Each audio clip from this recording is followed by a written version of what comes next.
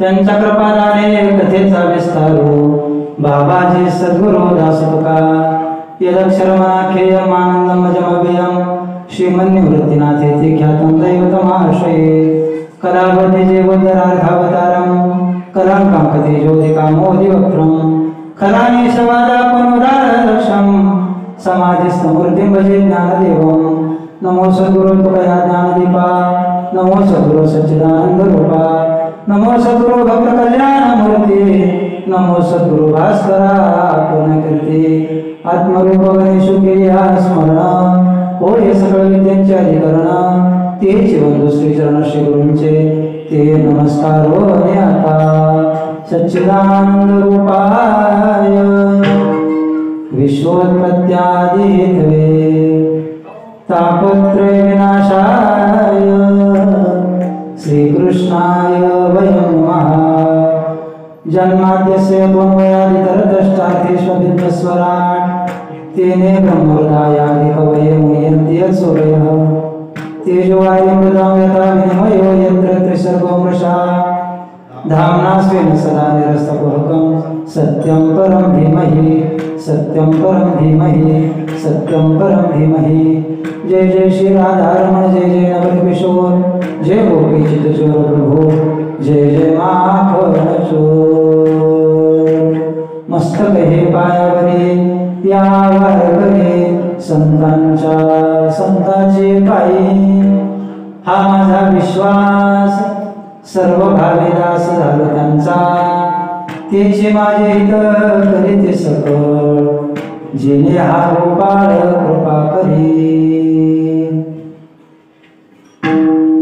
प्रस्तुत प्राप्त प्रसंगी चिंतारूपी सेवेकरता निवडलेला विषय अभंग असून अभंग वैराग्य रागरसिक श्रीमंत श्री जगद्गुरु तुकोबारा यांचा आपल्या विश्वासाचं स्थान, फल आणि प्रेरणा सांगणारा अभंग विठाला।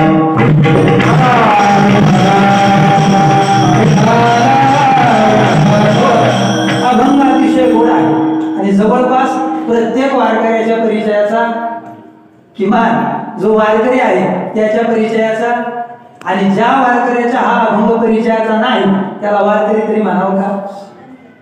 जवळपास प्रत्येक वारकऱ्याचा हा अभंग आपल्या परिचयाचा आहे। अभंग अतिशय गोड आहे। या अभंगामध्ये जगद्गुरु तुकोबाराय आपला विश्वास नेमका कुठं आहे त्या विश्वासाचं स्थान सांगतात। मी ज्या ठिकाणी विश्वास ठेवला त्याचं फल मला काय प्राप्त झालं हा विचार सांगतात। तो विश्वास ठेवण्यामागे मला काय प्रेरणा मिळाली हा विचार सांगतात। आणि शेवटी ज्या ठिकाणी मी विश्वास ठेवला ना त्या विश्वासाच्या ठिकाणाचं मी कधीही विश्वासघात करणार नाही, एक हा भाव जगद्गुरु तुकोबाराय या अभंगामध्ये व्यक्त करत आहे। तुकोबाराय सांगतात संतांचे पाय हा माझा विश्वास. माझा विश्वास कुठे आहे तर संतांच्या पायावरती माझा विश्वास आहे. संतांच्या पायावरती माझा विश्वास आहे. मी त्यांचा सर्व भावाने दास झालेला आहे. काया वाचा मनाने त्यांचा दास झालो. का हो महाराज, तुम्ही संतांचं दास्यत्व स्वीकारलं, त्यांच्या पायावरती विश्वास ठेवला महाराज, त्याचं फळ तुम्हाला काय मिळालं हो? त्याचं फळ महाराज दुसऱ्या चरणात सांगतात काय का तेच माझं हित करतात. माझं हित जे आहे ना, हे हित फक्त आणि फक्त संतांना ठाऊक आहे, इतर कुणालाही माझं हित ठाऊक नाही. आणि माझं हित कशात आहे तर माझं हित फक्त आणि फक्त भगवत स्वरूपाची प्राप्ती होण्यामध्ये, भगवत स्वरूपाची ओळख होण्यामध्ये, याच्यामध्ये माझं हित आहे. त्यांच्या पायावरती मी विश्वास ठेवला, परिणामी त्यांनी माझं हित जाणलं आणि भगवंताने माझ्यावरती कृपा केली. पुढे सांगतात तुकोबाराय, माझ्या जीवनामध्ये मी माझी नाम साधना करत असताना, पारमार्थिक साधना करत असताना कधी कधी मला दमल्यासारखं वाटत होतं, थकल्यासारखं वाटत होतं. एक पठार अवस्था त्या ठिकाणी जीवनात निर्माण येत होती. पण साधू संतांनी केलं काय, ज्या वेळेला मी दमलो ना त्यावेळेला त्याने मला उचलून घेतलं. भागल्या मज वाहतील कडे त्यांची आणि जोडे सर्व सुख. कधी कधी मला थोडासा थकवा जाणवत होता, कंटाळा येत होता, परंतु साधू संतांनी केलं काय, मला प्रेरणा दिली. बाबा, तुझा परमार्थ सफल व्हायला अजून थोडा वेळ आहे, थोडा वेळ आहे. तू तुझ्या परमार्थामध्ये सातत्य ठेव आणि जर का सातत्य ठेवलं तर भगवत स्वरूपाची प्राप्ती तुम्हाला होणार म्हणजे होणार. ही एक प्रेरणा जगद्गुरु तुकोबारायांना त्या ठिकाणी साधू संत देत होते. आणि तुकोबाराय शेवटी सांगतात, त्या साधू संतांनी मला जो काही विचार सांगितलेला आहे, जो काही मार्ग दाखवलेला आहे ना, आता त्या मार्गाचं मी अनुसरण करेन. तुका म्हणे शेष सेवेन आवडी वचन न मोडी बोलले ते. त्यांनी जो परमार्थाचा मार्ग मला या ठिकाणी दाखवलेला आहे ना, आणि जे जे मला सांगितलंय ते सगळं मी त्यांचं ऐकेल, ते सर्व त्यांचं ऐकेल. आणि मग त्यांनी सांगितलेलं वचन त्या ठिकाणी मी मोडणार नाही. या प्रकारचा एक भाव या अभंगाचा जगद्गुरु तुकोबाराय व्यक्त करतात.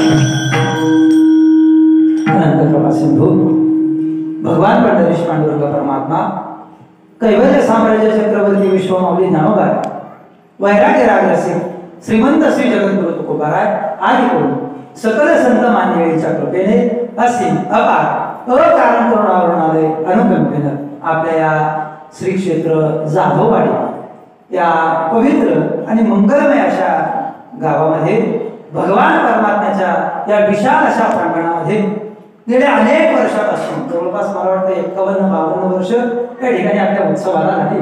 अनेक वर्षाची प्रदीर्घ परंपरा आपल्या या उत्सवाला आहे.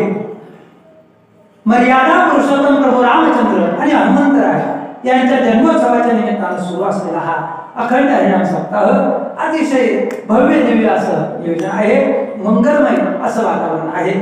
आणि आपल्या संपूर्ण सप्ताहाला अगदी मनापासून या ठिकाणी साथ करणारी ही संपूर्ण मंडळी आहेत. आदरणीय हरिभक्तपरायण मला गुरुस्थानी असलेले लक्ष्मणजी महाराज कुंडकर या ठिकाणी आपल्याला पखवाजाची साथ, मृदंगाची साथ करत आहेत. आणि ज्यांचं गायन अतिशय गोड आहे, जे अतिशय गुणीजन हा शब्द ज्यांच्या ठिकाणी शोभतो, हे सर्व मंडळी आदरणीय हरिभक्तपरायण उत्तरेश्वर महाराज असतील, भागवत महाराज खांडे असतील, त्याचबरोबर योगेश महाराज गुरु आणि संपूर्ण आपलं ग्रामस्थ भजनी मंडळ असेल, परिसरातील भजनी मंडळ सर्वजण अतिशय गोड आणि पवित्र आणि मंगलमय वातावरण आहे.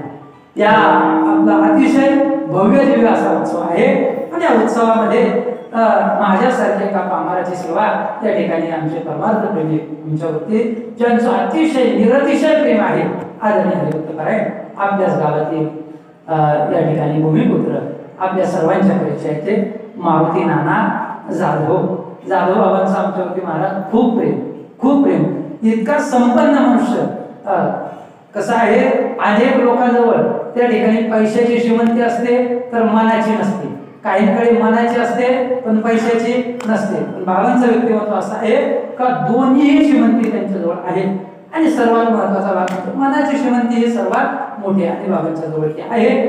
एक महिनाभरामध्ये त्यांचा आम्हाला संपर्क होत असतो, महाराज काय चाललंय काय नाही. आणि त्या संबंधानं आपल्या सर्व श्रोते सज्जन बाबांच्या त्या ठिकाणी या दर्शनाचा योग आलेला आहे. आपले संपूर्ण सत्ता कमिटी असेल, आदरणीय हरिभक्तपरायण आपले अध्यक्ष जाधव साहेब असेल, आता ते बाबांचे पुतणे आणि संपूर्ण आता आपलं गाव जाधवांचं आहे म्हटल्यावरती एक विशेष आनंद आहे.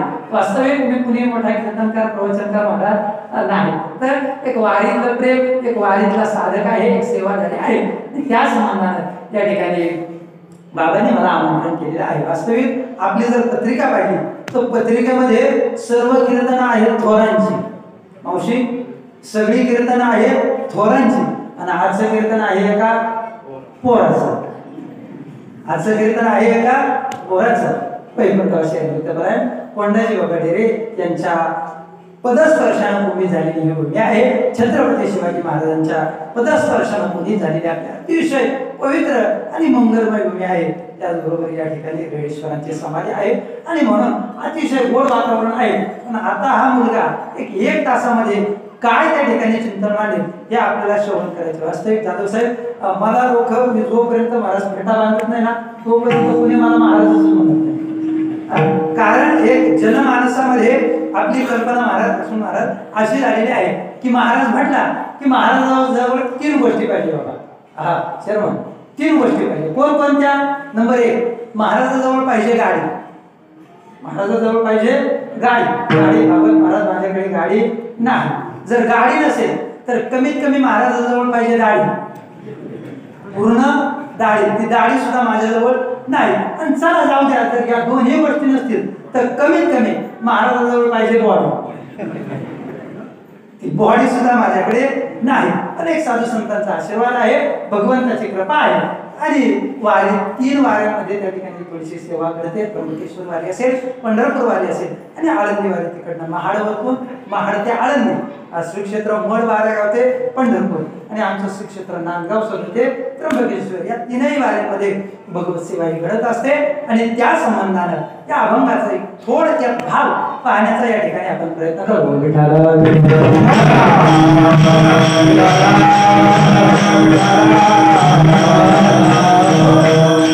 या अभंगाची प्रस्तावना अशी आहे. एक विषय आपण लहानपणापासून ते आतापर्यंत ऐकत आलेलो आहोत. तो विषय असा आहे का जन्माला येत असताना मनुष्य आपल्या बरोबर काहीच आणत नाही आणि मेल्यानंतर सुद्धा आपल्या बरोबर बाबा काही घेऊन जात. जन्माला येताना आपल्या बरोबर काही आणत नाही, मेल्यानंतर आपल्या बरोबर काही नेत नाही. पण मी याच्यामध्ये थोडासा बदल करतो. मनुष्य जन्माला येत असताना आपल्या बरोबर वस्तुरूपाने काही आणत नाही आणि मेल्यानंतर मनुष्य आपल्या बरोबर वस्तुरूपाने काही नेत नसला तरी जन्माला येत असताना मनुष्य आपल्या बरोबर काही गुणधर्म रूपाने काही गोष्टी आणतो आणि मेल्यानंतर सुद्धा काही गोष्टी गुणधर्म रूपाने नेतो.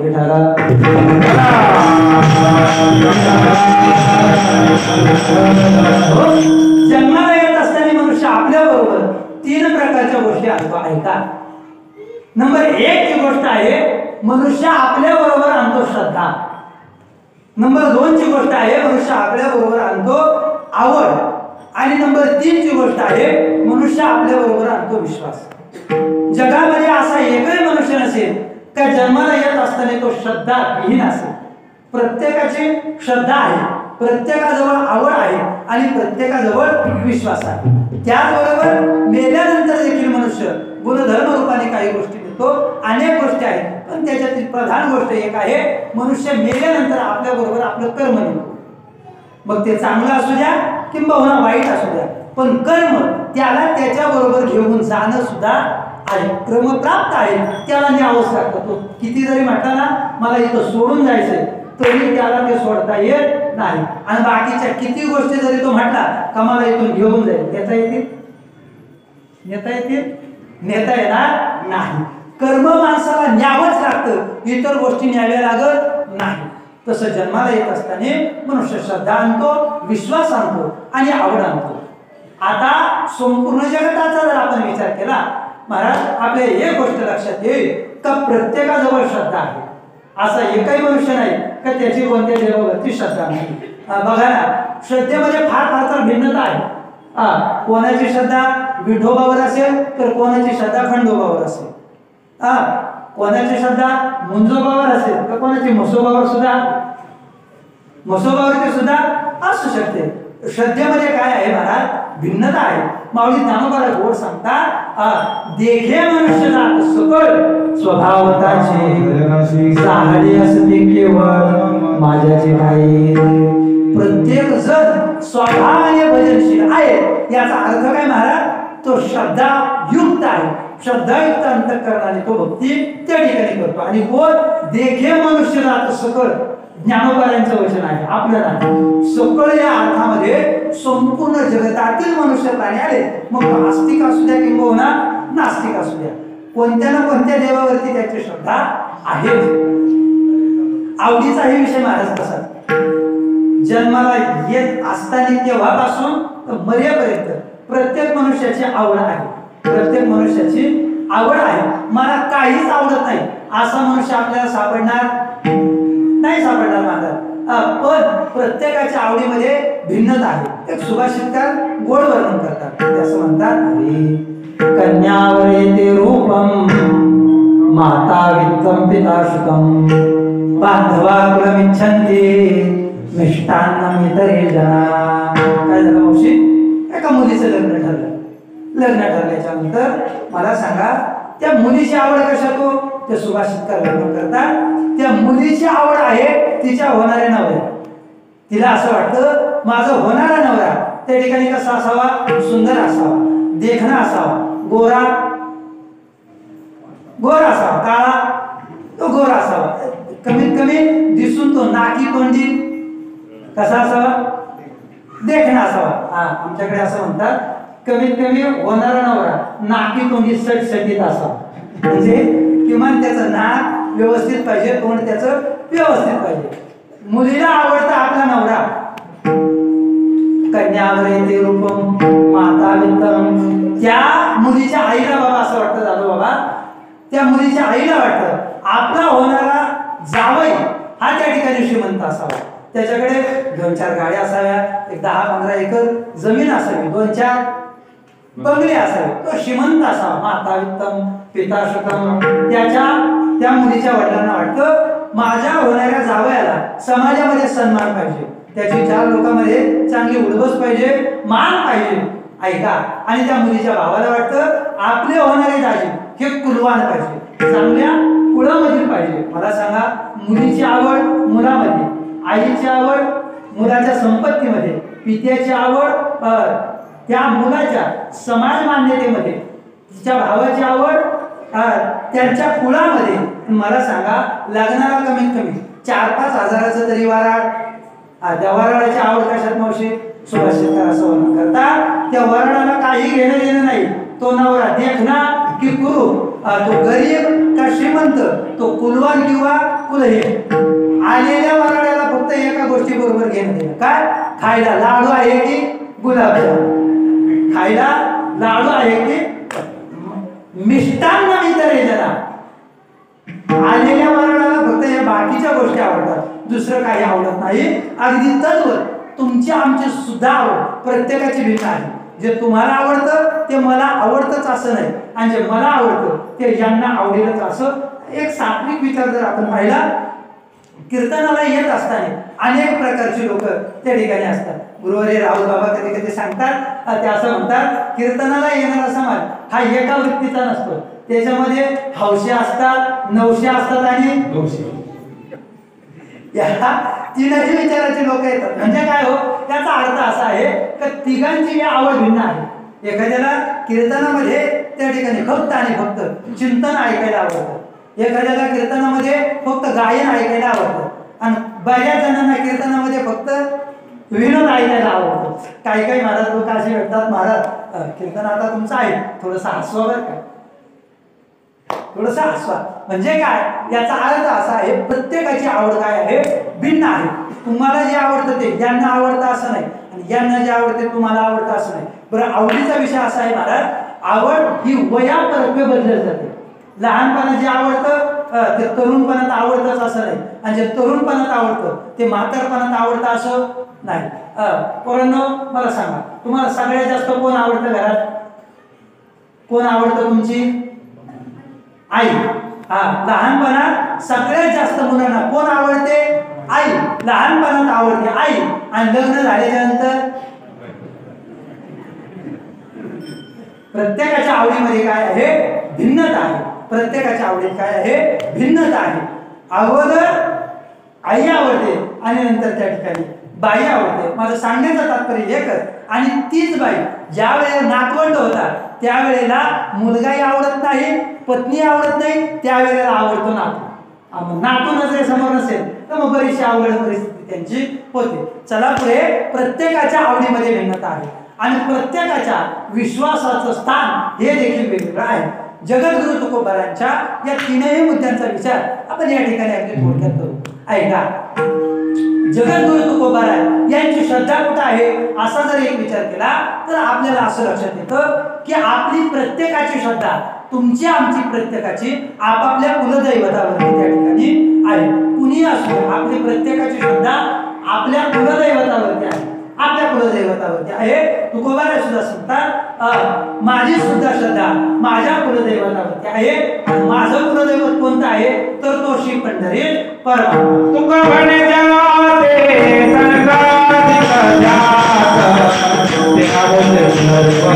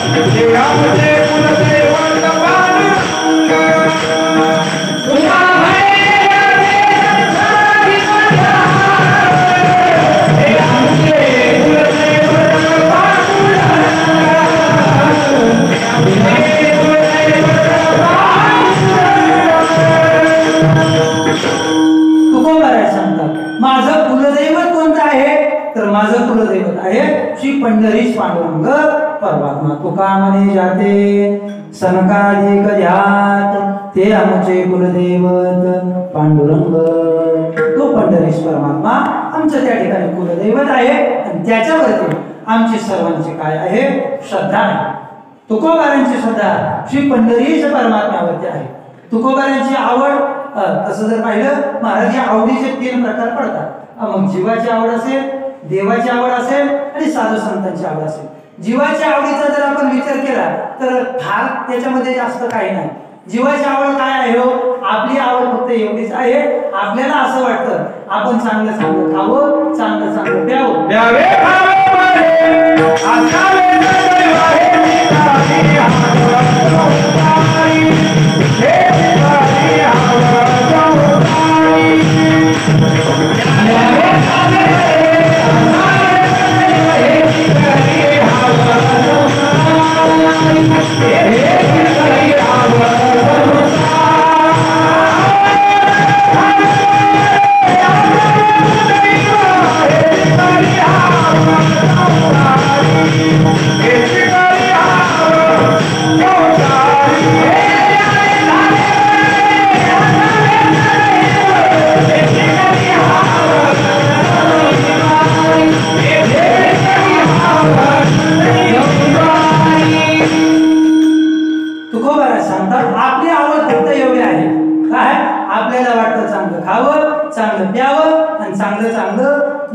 याच्या पलीकडे आपली आवड जात नाही असं सांगतात. 4 लोकांचं मत असं होतं, यावं जीवन सुखम जीवेत ऋणम कृत्वा मृतम पिबेत. 4 लोकांचं मावशी असं म्हणणं होतं काका, 4 लोकांचं म्हणणं असं होतं का जन्माला आलोय ना चांगला आनंदात जगायचं. आपल्या भाषेमध्ये सांगू, जन्माला आलोय ना चांगला आयुष्यमध्ये जगायचं.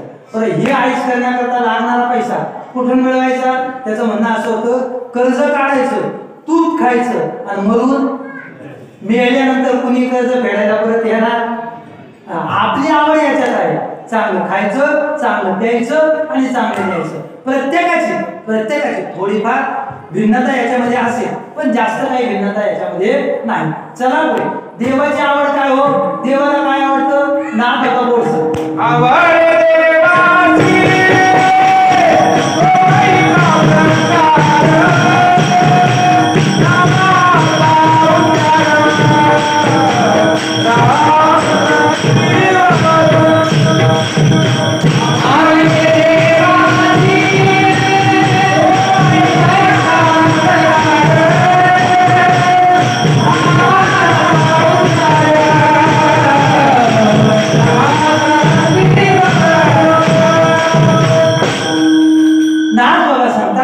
देवाला काय आवडतं? आवडे देवासे तो एका प्रकार नामाचा उच्चार रात्रंदिन. तुळशी माळगळा गोपी चंदन ठेवा, हृदये कळवळा वैष्णवांचा आषाढी कार्तिकी. पंढरीची वारी साधन निर्धार्य नाही, एका जनार्दने ऐसा ज्याचा ने तो देवा परम पूज्य जगे. देवाला ते आवडतं. देवाला हा संपूर्ण विचार आवडतो. आणि साधू संतांना काय आवडतं? साधू संतांना एक परमात्मा सोडला तर साधू संतांना दुसरं काही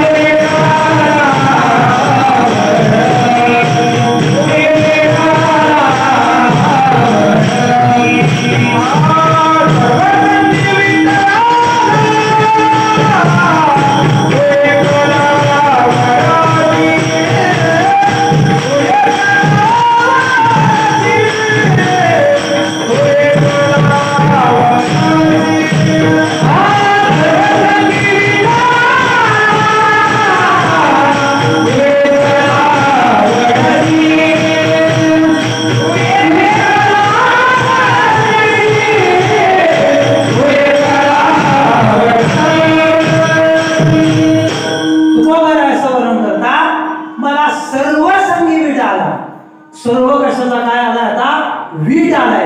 आणि हे मला काहीच आवडत नाही. फक्त कोण आवडतो? तू एकला आवडसे देवा, तू एकटा मला आवडतो. ज्ञानोबाराय सुद्धा तेच सांगतात. काय ज्ञानोबाराय सांगतात? मला फक्त तूच आवडतो. किंबहुना आणखी ज्ञानोबारायांना पंढरपूरला जायला आवडतं. माझे जीवीची आवडी पंढरपुरा येन पुढे पांडुरंगे मनरंगले गोविंदाचे गुणे वेदिले. मला पंढरपूरला जायला आवडतं, तिथं जायला आवडतं. आणि देवा तू मला आहे ना माझ्या जीवापेक्षा जास्त आवडतो. बहु आवडसी जीवा,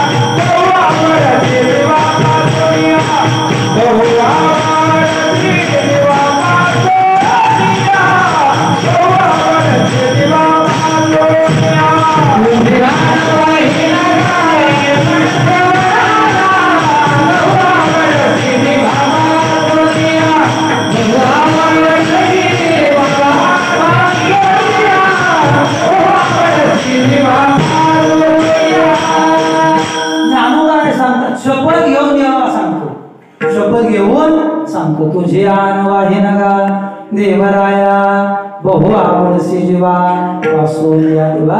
तू जीवापेक्षा जास्त सुद्धा कोणाला आवडतो? मला तो आवडत आहे.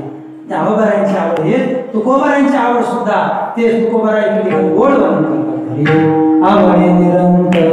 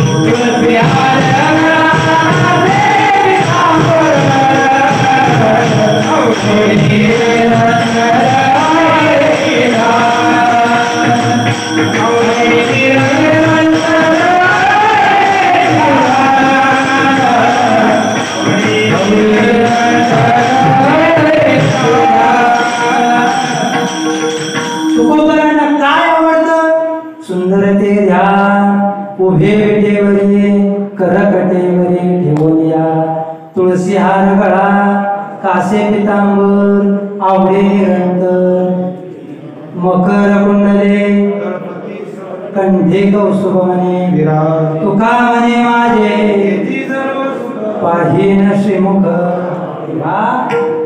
तू आणि तू एकटाच आवडतो, मला दुसरं काहीच आवडत नाही. तुकोबारांची श्रद्धा पंढरीश परमात्म्यावर, तुकोबारांची आवड पंढरीश परमात्मा. आणि मग शेवटी तुकोबारांची विश्वासाचं ठिकाण नेमकं कोणतं? त्यावेळेला हा प्रश्न श्री तुकोबारांना विचारला गेला. त्यावेळेला तुकोबाराय आपल्या विश्वासाचं स्थान अभंगाच्या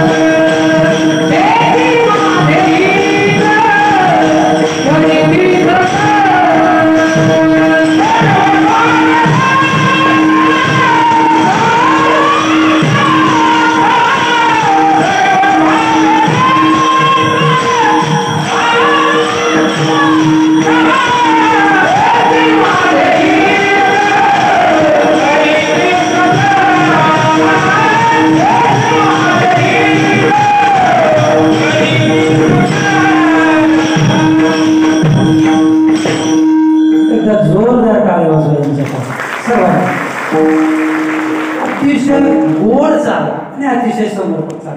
महाराज योगीराज महाराज गोस्वामींचं कीर्तन होतं होतीला. त्या दिवसापासून मी तुमचा खूप मोठा फॅन. त्यांनी महाराज इतकी गोड चाल आणि इतकी टिपेला म्हटली होती चाल होती. धन्य त्यांचे गोड धन्य त्यांचा धर्म धन्य त्यांचा सुधर्म. एक टिपेला इतकं उंच गेलं का इतका जवळपास 15 ते 20 हजाराचा समाज त्या सप्त्याला असायचा गोटीला. पूजनीय माधवबाबांच्या अभिष्ट चिंतनाचा खूप मोठा सोहळा झाला. त्याच्यात महाराजांनी ही चाल इतकी गोड काढली आणि इतकी टिपेला ती चाल इथपर्यंत मी कधीही ती चाल बघतो, कधीही बघतो. इतकी गोड चाल, अतिशय गोड ही गुरुजन आहेत. आणि फक्त गुरुजन असून सात्विक आहे. बाबांच्या सानिध्यामध्ये ती घडलेली सगळी मंडळी आहे. जगद्गुरु तुकोबाराय वर्णन करतात, माझा विश्वास कुठे आहे? संतांचे पायी हा माझा विश्वास. माझा विश्वास जर कुठे असेल तर तो संतांच्या पायावरती आहे. हा याच्या यावत मनुष्य मात्राचा कोणत्या ना कोणत्या गोष्टीवरती विश्वास असतो, कोणत्या ना कोणत्या गोष्टीवरती विश्वास असतो. माझा कोणावरतीच विश्वास नाही असा मनुष्य त्या ठिकाणी भेटणार नाही. जर त्याचा माणसावर नसेल तर कमीत कमी जड वस्तूंवरती तरी असेल. आपला प्रत्येकाचा विश्वास एक जडावरती आहे आणि दुसऱ्या चेतनावरती आहे. पण ऐका, जगद्गुरु तुकोबाराय सांगतात, जड वस्तू जीवाचं कल्याण करू शकत नाही. चेतन वस्तू त्या ठिकाणी जीवाचं कल्याण करतात. पण चेतन वस्तूंमध्ये जर कोण जीवाचं कल्याण करत असेल तर ते फक्त आणि फक्त जीवाचं संत जीवाचं कल्याण करतात.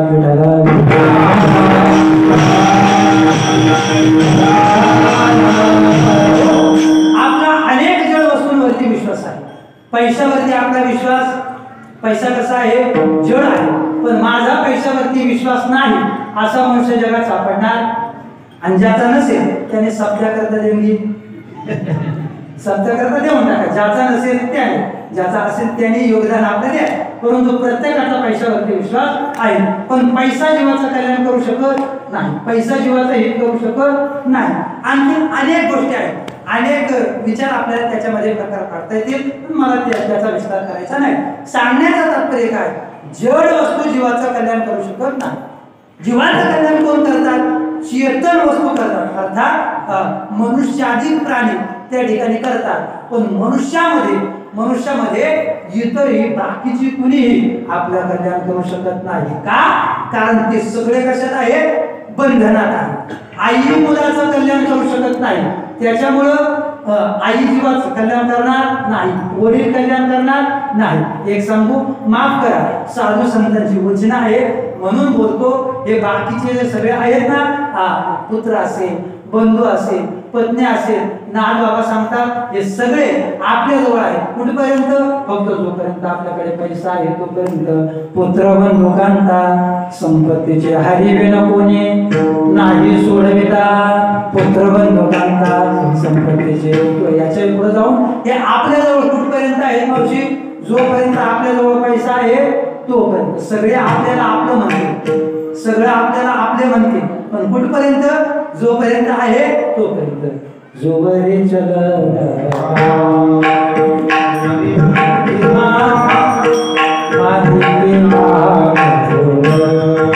सगळे आपल्याला मानतील, लहान मानतील, थोर मानतील, सगळे कोणी मानतील, पण कुठपर्यंत, आपल्याकडे जोपर्यंत आहे तोपर्यंत. आणि जगामध्ये सन्मान कुणाचा होत असेल तर ज्याच्या जवळ आहे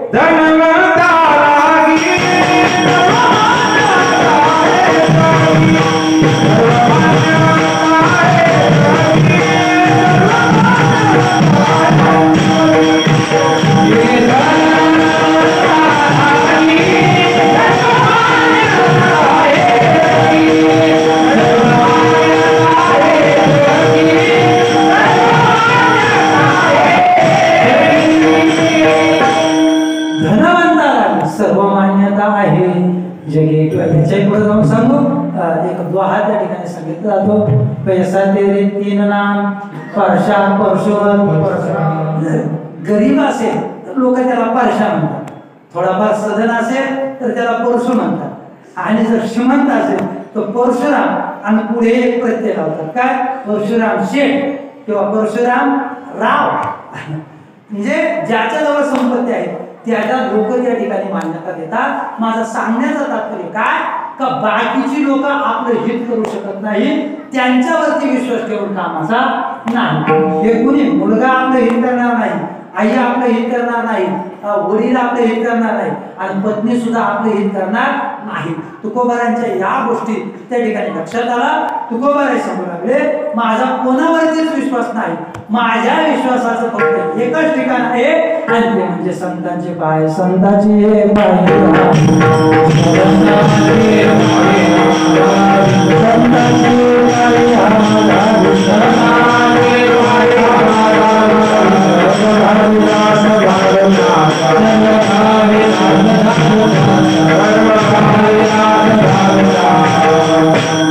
संतांच्या पायावरती माझा विश्वास आहे. का माझा विश्वास आहे, त्याचं खूप मोठं कारण आहे का, त्याचा विचार महाराज बोल सांगत आहे.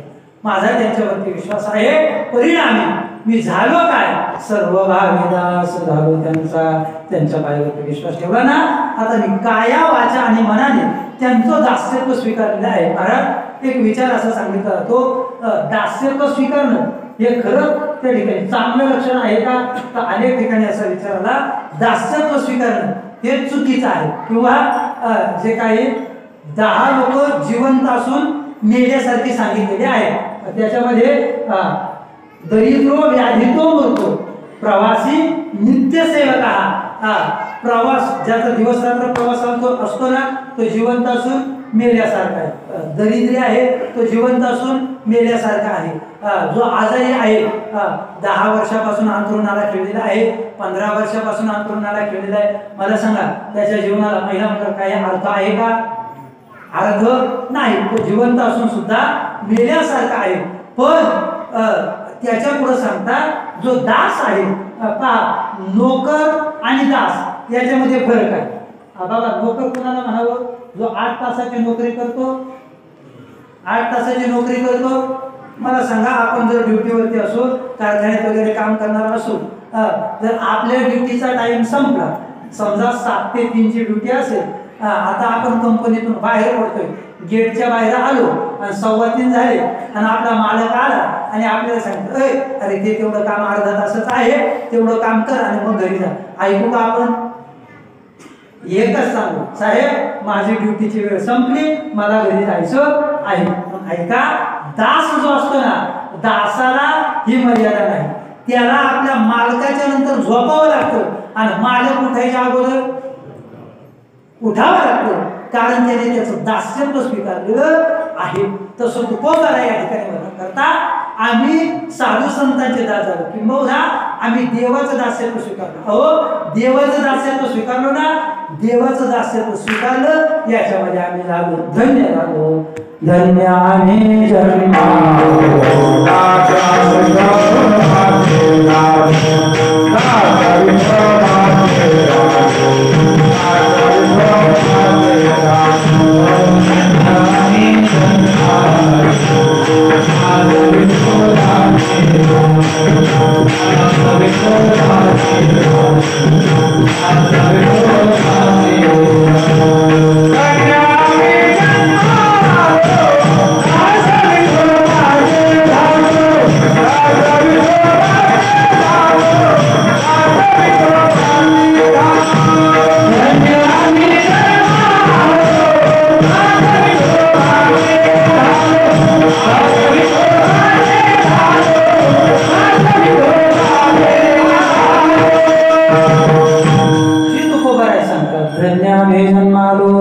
दास विठोबाचे झालो. आम्ही भगवंताचं दास्यत्व स्वीकारलं आणि साधू संतांचं दास्यत्व स्वीकारलं. साधू संतांचं दास्यत्व का स्वीकारलं? हो, कारण त्यांच्या पायावरती आमचा विश्वास आहे. काया वाचा आणि मनाने आम्ही साधू संतांचे दास झालेलो आहोत. महाराज, तुम्ही दास झाला, आम्हाला पटलं. पण महाराज, दास्यत्व स्वीकारणं हे तसं पाहिलं तर चुकीचं आहे, हे तुम्ही आताच सांगितलं. दास्यत्व स्वीकारणं हे चुकीचं आहे ना. म्हणजे दासाला स्वतःच वेगळं अस्तित्व उरत नाही. आपला मालक जे म्हणजे त्याला ते करावंच लागतं, नाही म्हणण्याची सोय नाही. का पूर्वी कदाचित आपल्याकडे आता या असतील, पूर्वी सालगडे असायचे. एका वर्षाकरता त्यांना ठरवून दिलं जायचं, तुम्हाला 50,000 असतील, 60,000 असतील, काय असतील ते त्यांना ठरवून दिलं जायचं. मला सांगा, हे जे सालगडे असायचे, या सालगड्यांना काही फक्त 8 तास काम असायचं की 12 तास? मालकाने जर सांगितलं ना रात्री 12 वाजेला बाहेर ये, तरी त्याला उठावं आणि पाणी द्यायला, मालक जे म्हणेल ते त्याला करावंच लागत होतं. तुकोबारा, तुम्ही या ठिकाणी दास्यत्व स्वीकारलं. महाराज, दास्यत्व स्वीकारणं सामान्य गोष्ट नाही. आम्ही सुद्धा आज आमची वृत्ती दास्यत्व स्वीकारण्याची राहिली नाही. एखादा किती जरी मोठा महात्मा आला ना, माफ करा, तरी आमची वाकण्याची वृत्ती होय. तो किती जरी मोठा महात्मा असला तरी आम्ही त्यांच्या पायावरती वाकत नाही. का वाकत नाही? दास्यत्व स्वीकारण्याची वृत्ती नाही म्हणून.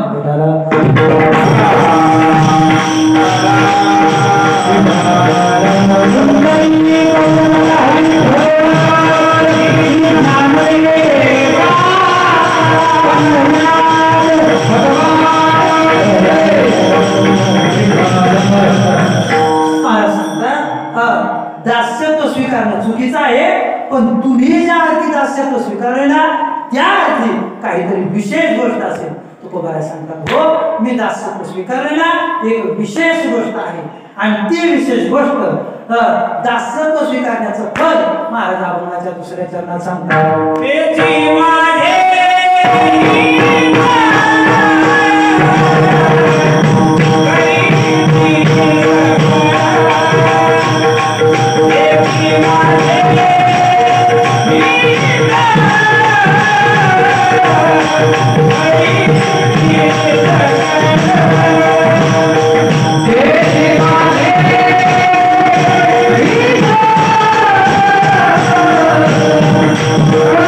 Yeah.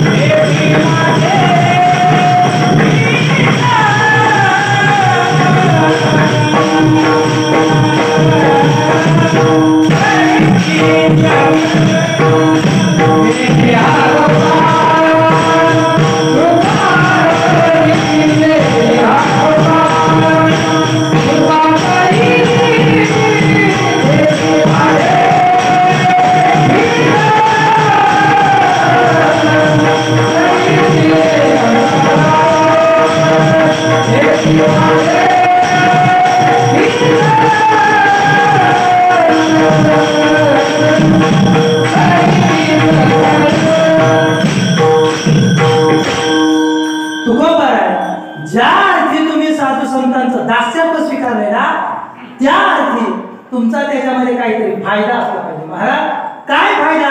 तुकोबाराय सांगतात, हो माझा फायदा आहे. काय फायदा आहे? तिचे माझे हित करीते सकळ, जेणे हा गोपाळ कृपा करे. समाजाकडे महाराज जर आपण पाहिलं ना, आज आपली वृत्ती अशी झाली का आपण फायद्याशिवाय काहीच करत नाही. मावशी एक शास्त्रवचन काका असं आहे, प्रयोजनम अनुद्दिश्य न मंदोपि प्रवर्तते. मंद मनुष्य सुद्धा जर फायदा नसेल ना, तर त्या ठिकाणी काम करायची वृत्ती त्याची होत नाही. आपलं जे जग चाललंय ना दादू साहेब, 3 गोष्टींवरती चाललंय. कोणकोणत्या? नंबर 1 कायदा, नंबर 2 वायदा, आणि नंबर 3 फायदा. नंबर 3 फायदा. आपण जे काही जगतोय, समाजामध्ये वावरतोय, ते कायद्यानुसार आपण जगतोय. कायदा तोडला का कमीत कमी 3-4 महिने कोठडीमध्ये, जर गंभीर गुन्हा असला तर 3 महिने अजामीन पात्र, परत बाहेर यायचं काम नाही. चला आपले कायद्यानुसार जगतोय आणि त्याच्यानंतर वायद्यानुसार जगतोय. आपण एकमेकाला शब्द देतो आणि त्या शब्दाच्या अनुषंगानं आपण तो शब्द पाळण्याचा प्रयत्न त्या ठिकाणी करतो. एखादा दुसरा मोडतही असेल, पण जवळपास 70-80% लोक शब्द पाळण्याचा प्रयत्न त्या ठिकाणी करतात. आणि नंबर 3 ची गोष्ट म्हणजे फायदा. फायदा नसेल तर कुणीही कोणतं काम करणार नाही. महिला मंडळ आपण सगळेजण शेती करतो. का करतो? त्याच्यामध्ये फायदा आहे. आणि फायदा नसेल तर आपण करू का? नाही. ते वचन आपल्याला सांगितलं ना, प्रयोजनम अनुद्दिश्य न मंदोपि प्रवर्तते. मंद मनुष्य सुद्धा किंबहुना लहान मनुष्य सुद्धा फल नसेल ना, तो कार्य करत नाही.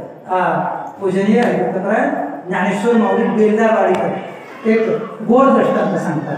काय झालं बाबा, एका गावामध्ये एका म्हातार बाबाला व्यसन होतं. मावशी व्यसन होतं. कशाचं? त्याला थोडंसं पुरीचं व्यसन होतं, गायछापचं व्यसन होतं. आणि एक दिवस त्याची पुरी संपली. त्याने आपल्या नातवाला हाक मारली, म्हणे पिंट्या इकडे. पिंट्या पळत पळत पळत पळत आपल्या आजोबाच्या जवळ आला. आजोबाच्या जवळ आल्याच्या नंतर आजोबाने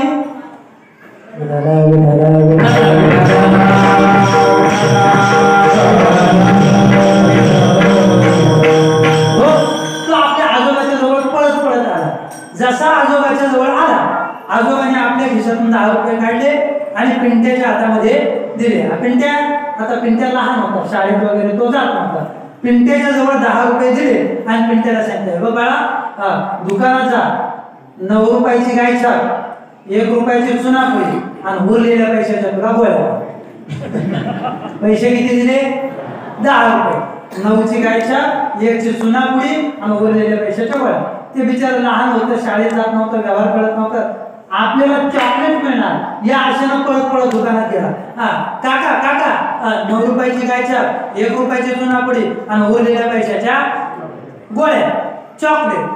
काकाने बघितले 10 रुपये आहेत. काकाने गायछाप दिली, चुनापुडी दिली. पिंट्याने विचारलं, काका चॉकलेट, काका गोळ्या. काकाने सांगितलं, बाळा तुझे पैसे संपले. बिचारा थोडासा नाराज झाला, हिरमुसला आणि पुन्हा घरी आला. आता जो जाताना आनंदात गेला तो थोडासा हिरमुसून घरी आला. आजोबाच्या हातात ती गायछाप दिली, बाबा चुनापुडी दिली आणि पोरग निघून गेलं. आजोबाला विलक्षण आनंद झाला की मी माझ्या नातवाला फसवलं. आणि तो त्याच्या आनंदात राहू लागला. नातू बाहेर खेळायला निघून गेला. एक 4 दिवसाचा काळ गेला आणि पुन्हा त्याची पुढी संपली. आजोबाला परत असं वाटलं आपण परवाच्या दिवशी त्याला फसवले, आज परत आपण त्याला फसवू. आता याला जर फसवायचंच होतं तर कमीत कमी नातू बदलावा. त्याने त्याला हाक मारली, पिंट्या इकडे, हे घे 10 रुपये, 9 रुपयाची गाय छाप, 1 रुपयाची चुनापडी, उरलेल्या पैशाच्या गोळ्या, उरलेल्या पैशाच्या गोळ्या. आता पिंट्याने ते पैसे घेतले आणि दुकानात पळत पळत जाऊ लागला. महाराज जात असताना त्याने विचार केला, अरे परवाच्या दिवशी आपलं बोलण्यात काहीतरी चुकलंय, आपण आज वेगळं बोलून पाहू. पिंट्या दुकानात गेला, काकाला म्हटला, काका काका 9 रुपयाची गाय छाप, 1 रुपयाच्या गोळ्या आणि उरलेल्या पैशाची. काकाने विचार केला, दुकानदाराने गाय छाप काढून दिली. त्याने विचार केला, अरे परवाच्या दिवशी याला विचारायला आपण फसवलं म्हणजे त्याचे पैसे संपले म्हणून त्याला चॉकलेट खायला मिळालं नाही. मग काकाने गाय छाप दिली, 2 चॉकलेट दिले आणि मग पिंट्याने विचारलं, काका चुनापुडी. काकाने सांगितले पैसे संपले. हा म्हणाला पैसे संपले तर संपले. घरी आला, 1 चॉकलेट खात खात आला, 1 खिशात टाकलं, आजोबाच्या जवळ गेला आणि आजोबाच्या हातामध्ये त्या ठिकाणी गाय छाप दिली. जशी गाय छाप दिली आणि मुलगा थोडासा पाठी वळला, आजोबा म्हणून लागले, अरे पिंट्या, अरे गाय छाप आणली, चुनापुडी. आणि मग पिंट्याने उत्तर दिलं, म्हणजे बाबा परवाच्या दिवशी तुम्ही मला लावला, आज मी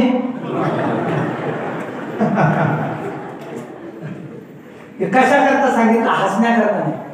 शास्त्रवचन असं आहे, प्रयोजन अनुशिष्य न मनोपी प्रवर्तते. लहान मुलं सुद्धा फल नसेल तर तो त्या ठिकाणी एखादं कार्य करत नाही.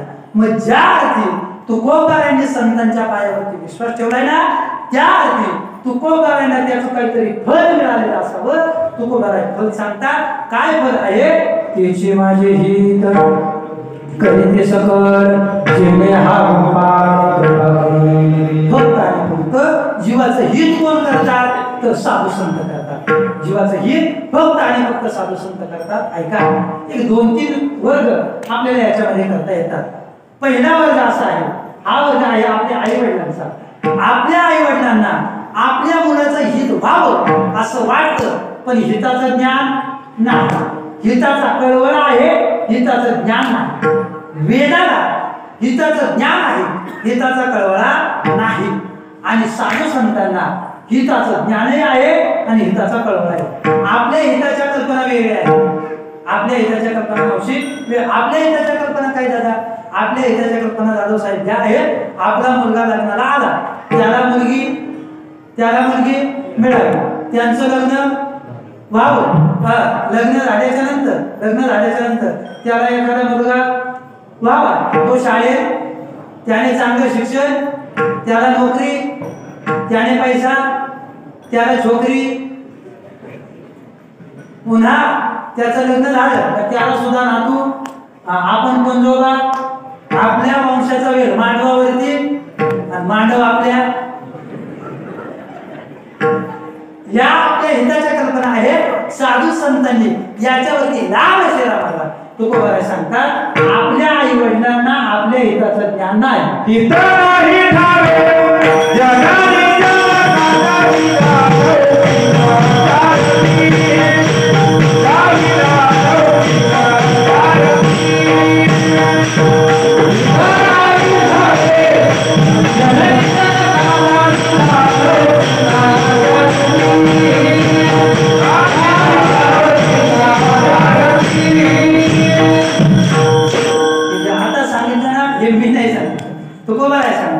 हित नाही ठावे जनने जनका. आपल्या आई वडिलांना आपलं हित व्हावं असं वाटतं, जरूर वाटतं, पोटतिडकीने वाटतं, पण आई वडिलांना हिताचं ज्ञान नाही, हिताचा कळवळ आहे. तुकोबाराय वर्णन करतात ना, ऐसे कळवळ्याचे जाते करीला भावे न कळते. आता वास्तविक जर पाहिलं तर हे सुद्धा संतांचंच वर्णन आहे, हे सुद्धा संतांचंच वर्णन आहे. पण ऐका, आईला वाटतं आपल्या मुलाचं हित व्हावं, पण आईला आपल्या मुलाचं हित कशात आहे याचं ज्ञान नाही. काय झालं, एका मुलाला ताप आला. ताप आल्याच्या नंतर तो मुलगा, तिला असं वाटतंय की आपला मुलगा बरा व्हावा, तिने आपल्या मुलाला घेतलं, दवाखान्यात नेलं आणि डॉक्टरला दाखवलं. आता मला सांगा, आईला आपला मुलगा बरा व्हावा असं वाटतंय, कारण आईच्या अंतःकरणामध्ये कळवळ आहे. पण तो ताप कोणत्या औषधाने जाईल या औषधाचं ज्ञान आईला नाही. पुढे डॉक्टर जवळ नेलं. आता डॉक्टरला याचा ताप कोणत्या औषधाने जाईल याचं ज्ञान आहे, पण मुलाचा ताप लगेच बरा झाला पाहिजे याचा कळवळ आहे का? कळवळ आहे का? नाही. तो अगोदर 3 दिवसाची महाराज औषधं घेऊन देतो. ते 3 दिवसाची औषधं घ्या आणि बरं नाही वाटलं तर परत या. म्हणजे डॉक्टर मला सांग, पुढचा मुद्दा माझा काय आहे? वेदाला हिताचं ज्ञान आहे पण हिताचा कळवळा नाही. ज्ञानोबा गोड वर्णन करतात. हितापासून काढीती हित येऊन वाढविती नाही गा श्रुती परवती माऊली जगा. त्या वेदाला हिताचं ज्ञान आहे, हिताचा कळवळा नाही. पण जगाच्या पाठीवरती साधू संत असा एकच वर्ग आहे तर त्यांना हिताचं ज्ञानही आहे आणि हिताचा कळवळा आहे. आपलं हित कशात आहे हे साधू संत सांगतात. आपलं हित फक्त आणि फक्त भगवंताचं चिंतन करत आहे. हित ते करावे हित ते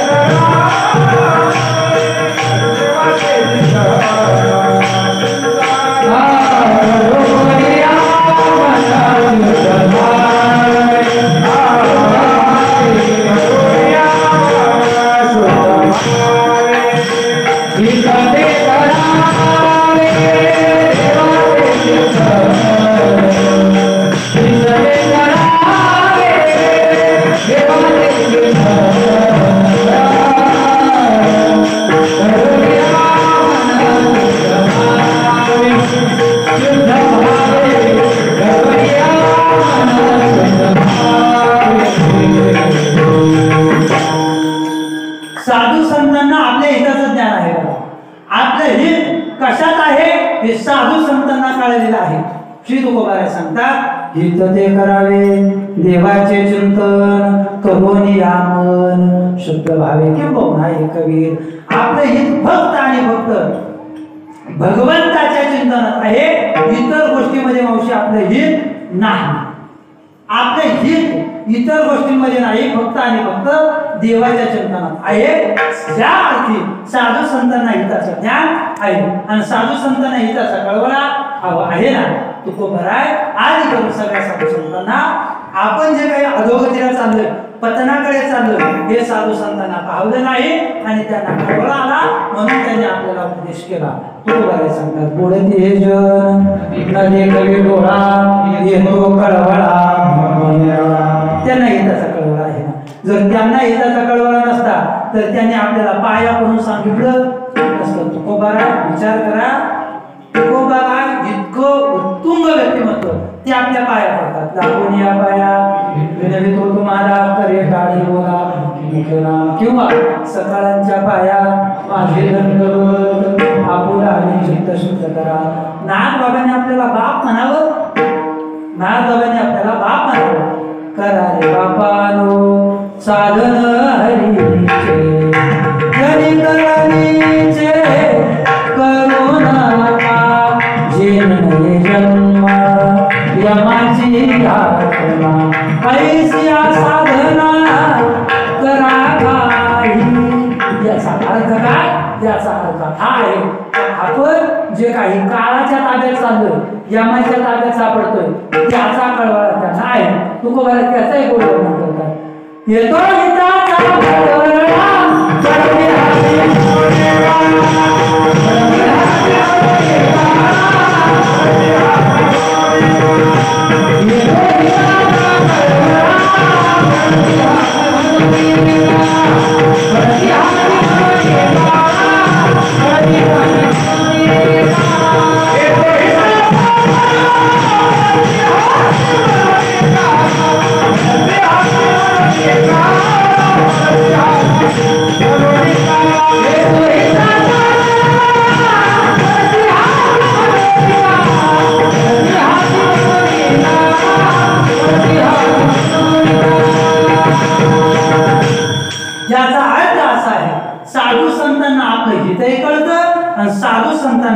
हिताचं ज्ञान आहे तुकोबाराय सांगतात. या करता माझा संतांच्या पायावरती विश्वास आहे. संतांचे पायी हा माझा विश्वास. सर्व भावी दास झालो त्यांचा, तीच माझे हित करीती सकळ. जिने हा गोपाळ कृपा करी.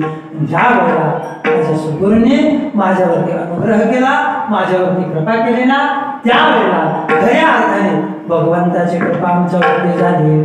जिने हा गोपाळ कृपा करी, अर्थात त्या परमात्मा स्वरूपाची ओळख मला झाली. माझा हा भाव माझ्या अंतःकरणात तयार झाला का हा देह म्हणजे मी नाही. महाराजांनी माझ्यावरती अनुग्रह केला. काय अनुग्रह केला? मला मंत्र दिला राम कृष्ण हरी. किंवा तो मंत्र कसा आहे? माझ्या आवडीचा आहे. आवडीचा मंत्र सांगितला सोपा, जेणे वेळुठा होते काही. अनुग्रह माझ्यावरती केला. मी ते नामचिंतन केलं आणि नामचिंतनाच्या विचारानं प्रभावानं माझ्या अंतःकरणात एक भूमिका काय जागृत झाली? भूमिका अशी जागृत झाली, हा देह म्हणजे मी नाही आणि या देहाच्या आत असणारं आत्मतत्व ते मी आहे. ते कालही होतं, आजही आहे आणि उद्याही राहणार. देह नव्हे मी हे सरे उरला उरे विठ्ठल. आणि ही भूमिका माझ्या जीवनामध्ये त्या ठिकाणी तयार झाली. त्या भगवंताची कृपा माझ्यावरती तयार झाली आणि विचार असा झाला का ती कृपा माझ्यावरती झाली ना, आता माझं जीवन त्या ठिकाणी कृतकृत्य झालं. जन्मालो त्याचे आजी फळ झाले साचे, तुम्ही सांभाळले संती भजने रसली खंती. बाबा हा विचार माझ्या जीवनापर्यंत येऊन पोचला. त्या प्रकारचा गोड भाव या भावाचा या ठिकाणी आहे. आपली वेळ संपुष्टात आली आहे. तर सर्वांनी मोठ्या प्रेमाने भगवंताचं भजन करा. हरी विठोबा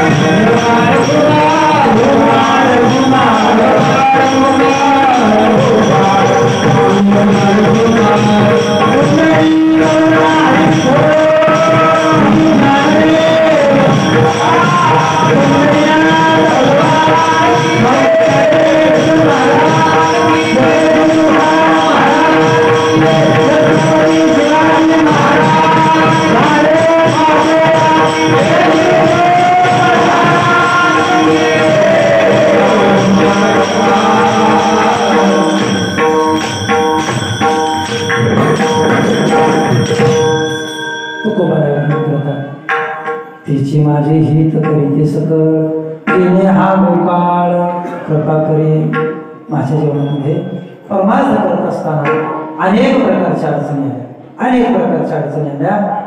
ऐका, त्या सर्व येत असताना सर्वच साधू संतांनी मला त्या ठिकाणी पाठिंबा दिला, मला प्रेरणा दिली. तुकोबाराय सांगतात, भागलिया वाहतील कडे त्यांचे आणि जोडी सर्व सुख. आपल्याला सुद्धा मी बऱ्याच वेळेला सांगत असतो, आपणही जर परमार्थाला सुरुवात केली तर अनेक लोक आपल्याला नावं घेणारी बघा असतात. महाराज एखाद्याने जर म्हातारपणात माळ घातली, 50-60च्या पुढे गेल्यावरती माळ घातली, महाराज लोक त्यांना असं म्हणतात, करून भागले.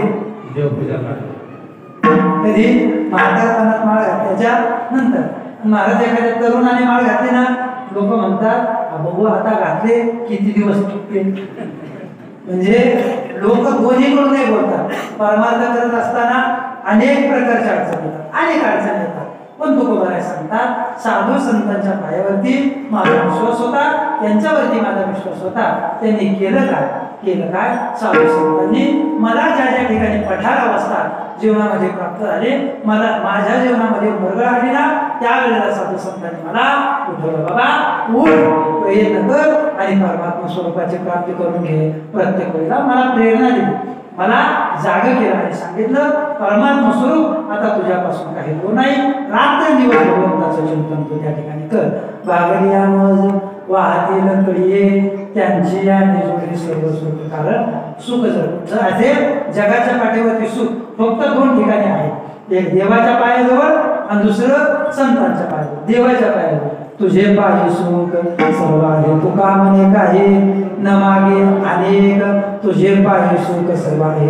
आणि दुसरं सुख कुठं आहे तर ते हे संतांच्या पायाजवळ. सुख वसे हे ठाई बहु पायी, संतांच्या पायाजवळ सुख आहे आणि त्यांच्या पायावरती विश्वास ठेवला ना, त्याचा परिणाम काय झाला, त्या सुखाची प्राप्ती मला झाली.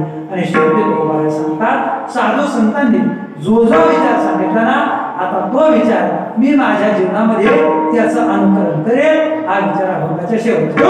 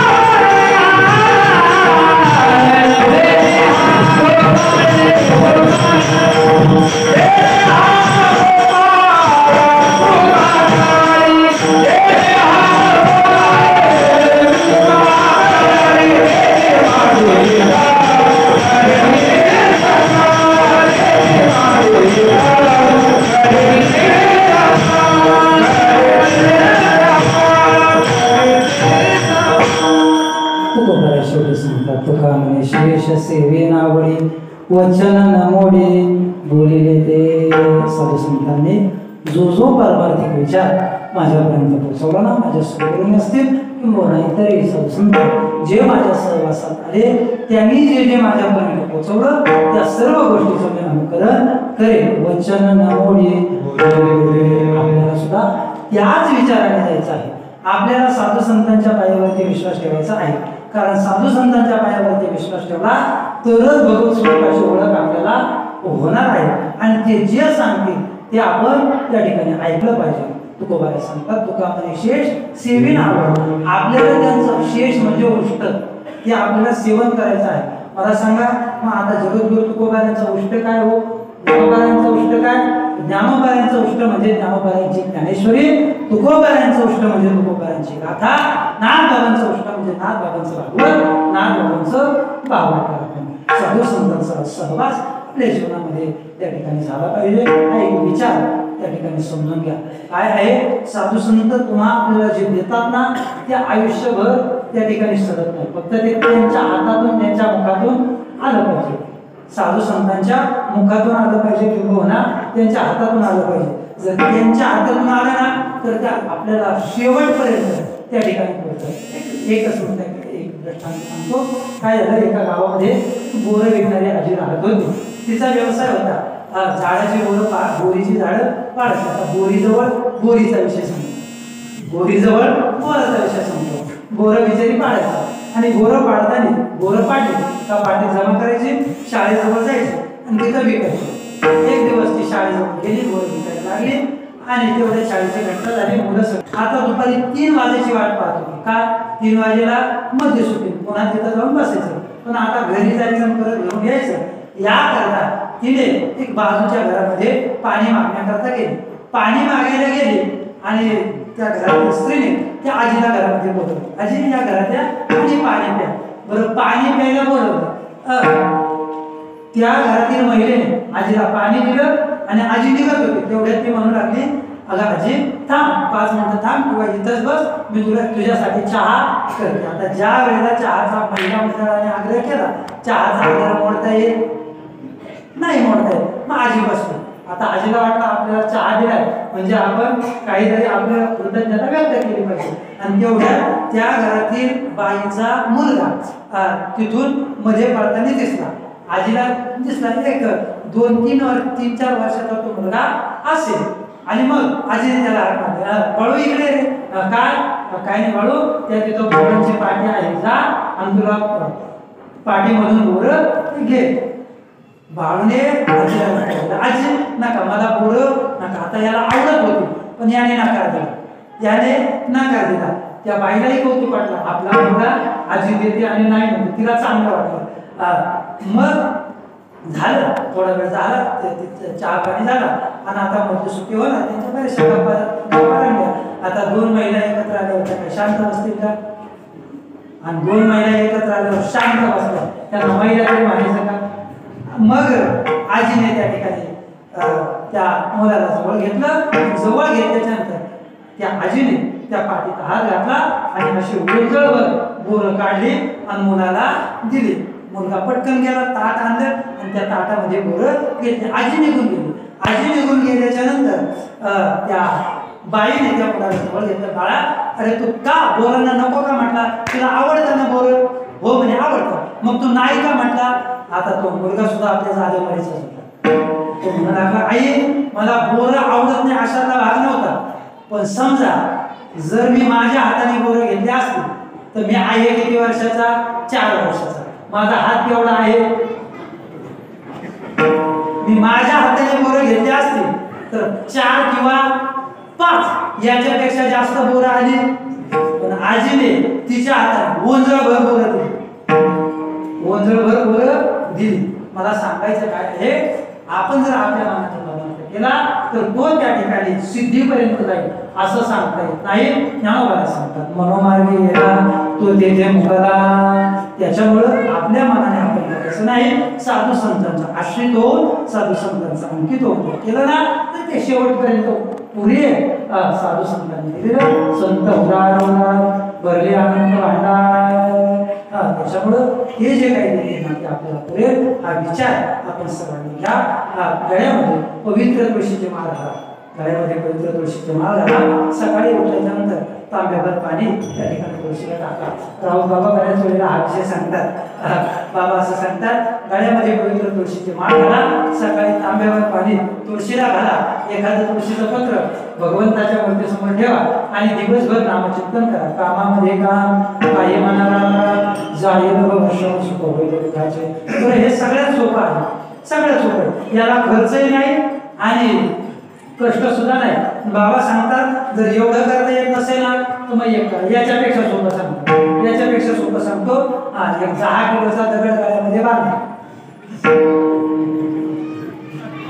आणि पुढे जीवनात होता होईल एवढा करणार. त्या ठिकाणी सेवा आटोपलेली आहे. बोलता बोलता 2-5 मिनिटं झालेली आहे. त्याच्यामुळे सर्वांनी एकदा मोठ्या प्रेमाला त्या ठिकाणी बसायचं. सर्वांनी हात वर करा, सर्वांनी शेवट सर्वांनी हात वर करा. निवृत्ती ज्ञानदेव सोपान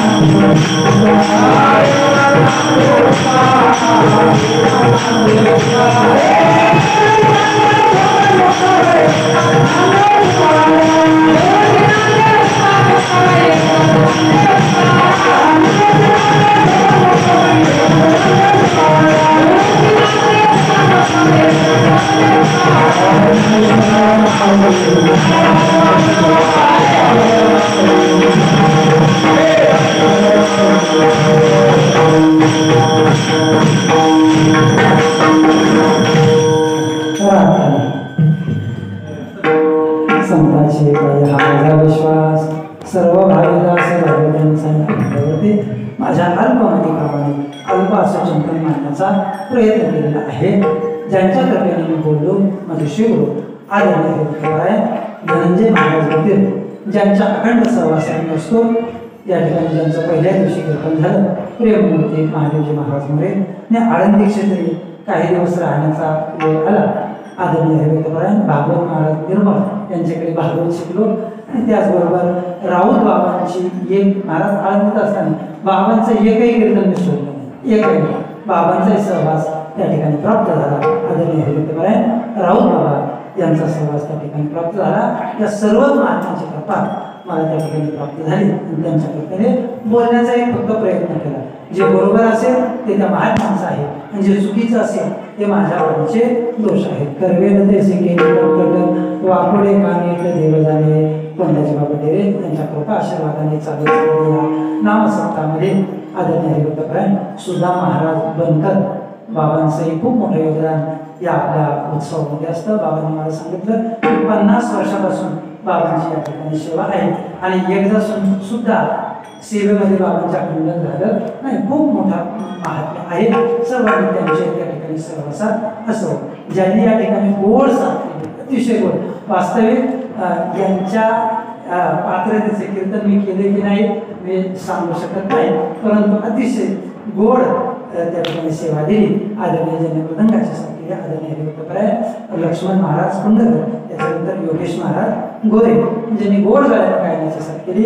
आदरणीय हरिभक्तपरायण उत्तरेश्वर महाराज आणि आदरणीय हरिभक्तपरायण भागवत महाराज आणि आपलं संपूर्ण ग्रामस्थ भजनी मंडळ असेल किंवा परिसरातील वारकरी भजनी मंडळ या ठिकाणी असेल, सर्वजण या ठिकाणी अतिशय आनंदाने प्रेमाने या ठिकाणी आला आणि मला या ठिकाणी ज्यांनी आमंत्रण केलं माझ्यावरती निरतिशय प्रेम असणारे आदरणीय हरिभक्तपरायण मारुती नाना जाधव, मी त्यांना बाबा म्हणतो. अतिशय गोड व्यक्तिमत्व या ठिकाणी आहे. त्यांनी या सेवेची संधी आपल्या समोर प्राप्त करून दिली. सर्वांच्या चरणी एकदा विनम्र अभिवादन करतो आणि सेवा त्या ठिकाणी भगवंताच्या चरणी समर्पित करतो. सेवेला जय